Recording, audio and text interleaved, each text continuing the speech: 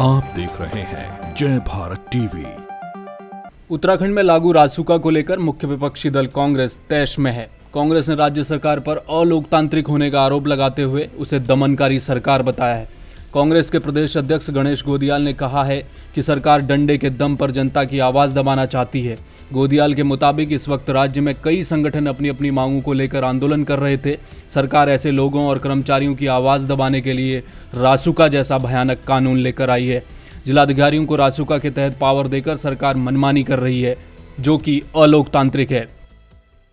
लोग इकट्ठा न हो सकें, अपनी बातों को सरकार तक न पहुंचा सके और सरकार ये संदेश दे कि जनता में सब अमन चैन है, इसी नियत से जिलों को रासुका लगाने का अधिकार दिया गया है।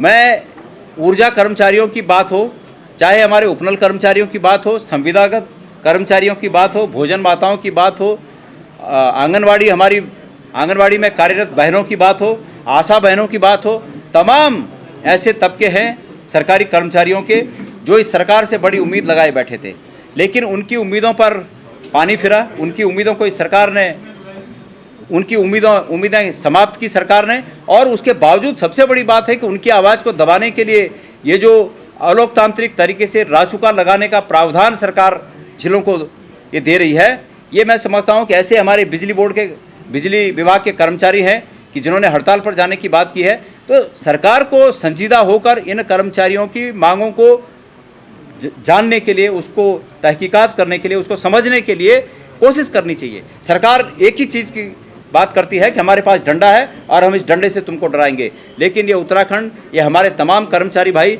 इनके डंडों से डरने वाले नहीं हैं। रासुका लागू होने के बाद अब सरकार विपक्ष के निशाने पर है। कांग्रेस ने भाजपा सरकार पर अलोकतांत्रिक होने और जनता की आवाज कुचलने के गंभीर आरोप लगाए हैं। लिहाजा इन आरोपों का जवाब देने खुद सूबे के मुखिया सीएम पुष्कर सिंह धामी को सामने आना पड़ा। सीएम ने कांग्रेस प्रदेश अध्यक्ष को जवाब देते हुए कहा है, राज्य हित में जो भी उचित होगा सरकार ने उसे देखते हुए रासुका लगाने का निर्णय लिया है। अपनी मांगों को लेकर आंदोलन कर रहे कर्मचारी भी सरकार के अपने हैं, उनसे बात कर ली जाएगी। हम जो भी काम करेंगे प्रदेश को बचाने के लिए जो ज़रूरी होगा, प्रदेश के लिए जो अच्छा होगा, वो हम लोग करेंगे। और मैंने कहा कि हम प्रदेश के अंदर रहने वाले लोग, चाहे कोई किसी विभाग में काम कर रहा है, कोई किसी क्षेत्र में काम कर रहा है, सारे लोग हम प्रदेश के लोग हैं और मिलजुल कर प्रदेश को आगे ले जाने की जिम्मेदारी हमारी है। उनकी जो मांगे हैं उन पर भी सरकार ध्यान दे रही है और उस पर जो है विशेष रूप से हम लोग बात कर रहे हैं। आपको बता दें कि राज्य में 31 दिसंबर तक रासुका लागू की गई है। इन 3 महीनों तक राज्य में सरकार के खिलाफ कोई भी उग्र आंदोलन करना नामुमकिन है।